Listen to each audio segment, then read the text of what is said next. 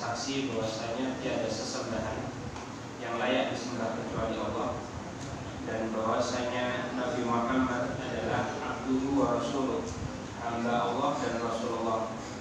Wa iqamus shalah, dan menegakkan salat, wa ita'iz zakat, dan membayarkan zakat, wa hajjil baiti, haji ke Baitullah, wa shaum Ramadan, dan puasa di bulan Ramadan. Ini sebenarnya menekankan hadis yang kemarin kita bahas atau tadi kita bahas hadis yang kedua. Di sini Nabi SAW mengibaratkan Islam itu seperti sebuah bangunan, yang mana layaknya sebuah bangunan itu ada fondasi dan ada tiang-tiangnya, yang tanpanya bangunan tersebut akan roboh. Di sini dikatakan ibarat Islam itu sebuah bangunan, maka dia dibangun di atas 5 tiang. Yang tiang ini yang sering kita dengar dengan rukun Islam. Rukun itu artinya tiang yang menyangga bangunan. Dimulai yang pertama adalah bersaksi bahwasanya tiada sesembahan kecuali Allah Subhanahu wa taala. Tidak ada sesembahan yang layak disembah kecuali Allah Subhanahu wa taala. Banyak sesembahan selain Allah, baik bentuknya makhluk hidup atau benda mati. Tapi kalau sesembahan yang layak disembah, maka itu tidak lain dan tidak bukan hanya Allah Subhanahu wa taala. Ini yang disebut dengan syahadat tauhid. Nah, ini bukan sekedar ucapan yang kita lantunkan setiap harinya ya. La ilaha illallah, la ilaha illallah, tapi ada penghayatan makna dan ada konsekuensi yang cukup berat. Yang amanah ini bahkan diberikan kepada langit dan bumi aja tidak kuat itu. Manusia sok kuat diterima oleh manusia. Makanya dalam Al-Quran Allah mengatakan wa kana al-insanu zaluman jahula. Manusia itu bodoh dan tidak tahu diri, tidak tahu menempatkan posisi dia. Karena amanah sudah diberikan kepada langit dan bumi tidak diterima, ya diterima sama manusia. Tapi ya setiap pilihan pasti ada konsekuensinya. Konsekuensi menerima bahwasanya Allah tidak ada sesembahan yang layak disembah kecuali Allah Subhanahu wa taala, maka dia harus memurnikan segala macam ibadah hanya diberikan kepada Allah Subhanahu wa taala. Tidak boleh dipalingkan kepada selain Allah Subhanahu wa taala.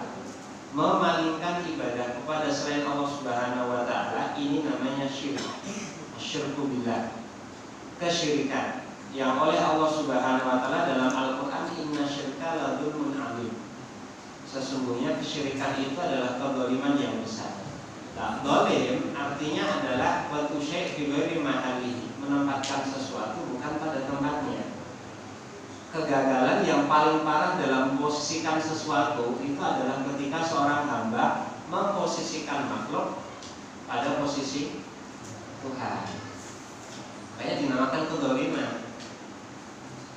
Dinamakan kezaliman karena dia salah menempatkan posisi makhluk di posisi Tuhan. Nah ini dia.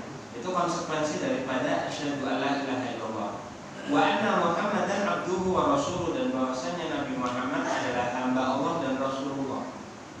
Nabi Muhammad itu punya 2 maqam. Maqam pertama, beliau tetap hamba Allah Subhanahu wa taala. Ini artinya kita tidak boleh melebihkan posisi beliau sampai pada posisi ketuhanan. Tidak boleh meminta-minta hal-hal yang tidak dimampui kecuali oleh Allah kepada Nabi Muhammad SAW. Tidak boleh minta masuk surga kepada Nabi, minta selamat dari neraka kepada Nabi, karena Nabi sendiri yang mengatakan innama ana abdullah wa rasuluh, aku ini hamba Allah. Kalau artinya hamba, ya jangan diposisikan seperti Tuhan, kita minta-minta kepada dia. Posisikan layaknya sebagai hamba Allah, tapi dia juga Rasulullah, yang itu menuntut posisi lebih daripada sekedar manusia biasa. Ada hak-hak yang harus kita tunaikan terkait dengan Nabi, yang itu tidak kita berikan kepada manusia yang lainnya. Tapi kita tidak boleh juga mengangkat sampai pada taraf ketuhanan. Nah ini dia. Makanya Nabi itu hamba Allah, tapi juga Rasulullah. Hamba Allah tuntutannya jangan menuhankan Nabi. Tapi Rasulullah, Nabi itu bukan manusia biasa. Kewajiban untuk kita tolong, kita agungkan, kita hormati, dan lain sebagainya.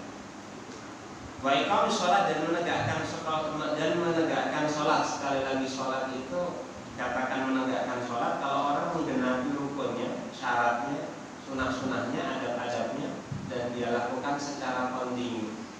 Itu namanya iqamatus sholat, menegakkan sholat, bukan sekedar mengerjakan sholat. Jadi melakukan semaksimal mungkin, seprofesional mungkin sebagai seorang hamba ketika sholat seperti apa, itu namanya iqamatus sholat. Wa ita'iz zakah dan membayar zakat. Ini menarik zakatnya. Zakat itu secara bahasa artinya an-numu wa ziyadah, berkembang dan tambah. Kita zakat itu mengeluarkan apa ngambil? Mengeluarkan ya. Tapi diksi yang dipilih oleh Al-Quran dan oleh Allah Subhanahu wa Ta'ala justru zakat, yang artinya bertambah. Ini bagi seorang muslim ini penting.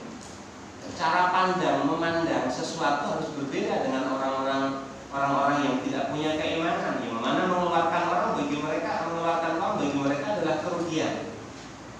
Tapi bagi orang muslim mengeluarkan zakat itu justru bertambah. Makanya dikatakan zakat. Dalam hadis Nabi mengatakan mana fasad shadaqatun min mal. Zakat tidak akan mengurangi harta benda. Meskipun secara lahiriah kita melihat bahwa kita memberikan harta yang kita miliki kepada orang lain, tapi Allah Subhanahu wa Ta'ala akan memberikan keberkahan. Nah, keberkahan ini yang paling penting. Berkah itu kata ulama artinya ziyadatul khairi wa dawamuh. Kebaikan yang selalu bertambah. Kalau kebaikan berarti ini kuantitas apa kualitas itu? Kualitas. Karena kuantitas itu belum tentu memuaskan orang gitu kan ya. Yang koruptor itu dah harta saja, tanpa mereka korupsi itu harta dimakan 7 keturunan tidak akan habis itu. Tapi kenapa hama dan secara aniaya memakan harta orang lain? Karena meskipun berkuantitas tapi tidak berkualitas, tidak ada berkahnya. Nah, maka mengeluarkan zakat ada 2 macam. Zakat mal untuk mensucikan harta kita, dan zakatul fitri untuk zakat fitri yang sekarang kita bayarkan itu untuk mensucikan badan kita. Mensucikan badan kita. Wa hajjul baiti dan haji ke Baitullah ini tentunya bagi yang mampu secara fisik dan secara finansial. Wa shaumi Ramadan dan puasa bulan Ramadan. Sebagaimana yang kita kerjakan sekarang ini puasa Ramadan. Ramadan itu artinya panas yang membakar. Karena ya kerasa ya, apalagi di Babelan kan, bulan Ramadan ini panas. Ya, Ramadan terus. Tapi ada filosofi yang menarik ini. Ramadan itu sebagaimana api itu membakar apa yang dia sentuh, Ramadan ini akan membakar dosa-dosa kita. Nah, seperti itu. Itu dia. Ini cukup menambah satu lagi, targetnya 2 hadis ini. Tambah ya khatam nanti. Kalau khatam kan ada walimahnya nanti.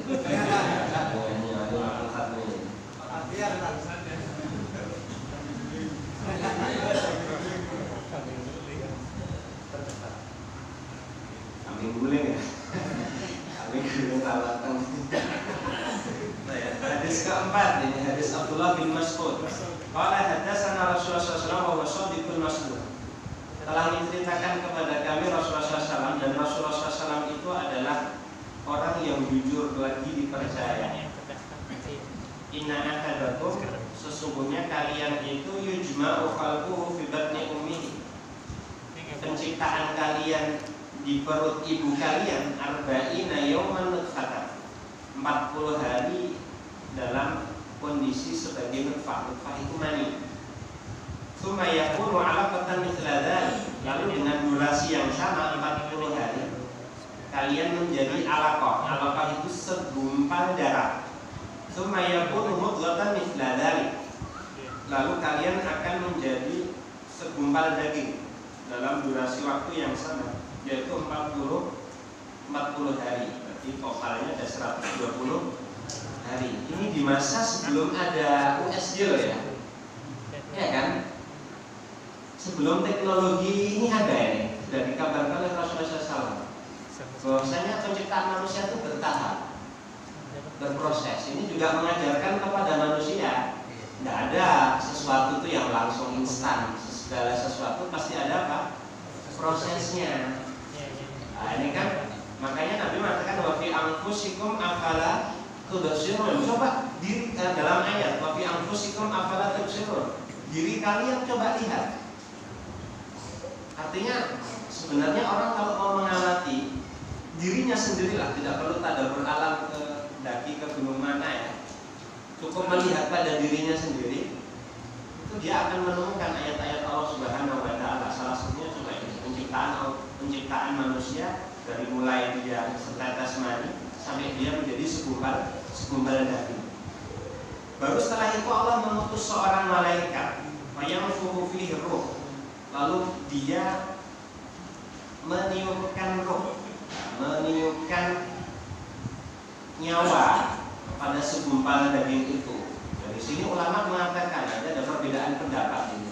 Apa hukumnya menggugurkan kandungan setelah usianya 120 hari? Setelah usia 120 hari ini apa? Atau kalau sampai ada orang memukul perempuan yang hamil misalnya, dan usia janinnya itu sudah 120 hari, apakah ada diatnya atau tidak ada diatnya? Dan di sini nih argumentasinya diambil dari sini. Kalau sebelum 120 hari, sebagian ulama ada yang mengatakan hukumnya haram, ada yang mengatakan hukumnya makruh, ada yang mengatakan hukumnya boleh. Tapi kalau setelah 120 hari, seluruh ulama sepakat haram untuk menggugurkan janin dalam kondisi apapun kecuali kalau membahayakan nyawa si ibu. Selain daripada itu, mbok nanti diprediksi anaknya cacat, mbok nanti diprediksi anaknya bakal seperti apa. Kalau sudah berumur 120 hari tidak boleh digugurkan. Meskipun kata dokter ini kalau lahir nanti tidak punya apa ini? Ya, nanti bentuknya akan ada cacat secara fisik, tidak boleh digugurkan karena sudah ditiupkan roh, sudah ada nyawanya, haram untuk digugurkan. Wa yu'maru bi arba'i kalimat. Malaikat tersebut diperintahkan untuk mencatat 4 hal. Pertama, rezekinya. Yang kedua, apa yang akan dia perbuat. Yang ketiga adalah ajalnya, kapan dia akan mati. Yang keempat adalah apakah dia termasuk orang yang bahagia atau orang yang sengsara. Keempat-empatnya ini sudah tertuliskan ketika kita berada di kandungan ibu kita. Ini takdir, ya, takdir. Kaya miskin ya. Kalau takdirnya kaya ya kaya. Kok apapun tidak bisa miskin. Takdirnya miskin ya miskin. Mau gulung komeng ke sana ke sini tidak akan kaya. Yang kaya kewajibannya bersyukur. Yang miskin kewajibannya sabar. Nah, kenapa ada orang yang ditakdirkan kaya? Karena Allah tahu kalau dia miskin itu mungkin hanya gara-gara satu kardus Indomie dia bisa murtad. Nah, dia kaya. Ada orang ditakdirkan miskin. Kalau ada yang merasa miskin, tawanya keras ya. Kalau ada orang ditakdirkan miskin, jangan protes kepada Allah, saya kok miskin. Siapa tahu Allah mentakdirkan Anda sebagai orang miskin karena Allah tahu kalau Anda kaya itu mungkin ngalai korun. Nabi sampai mengatakan Allahumma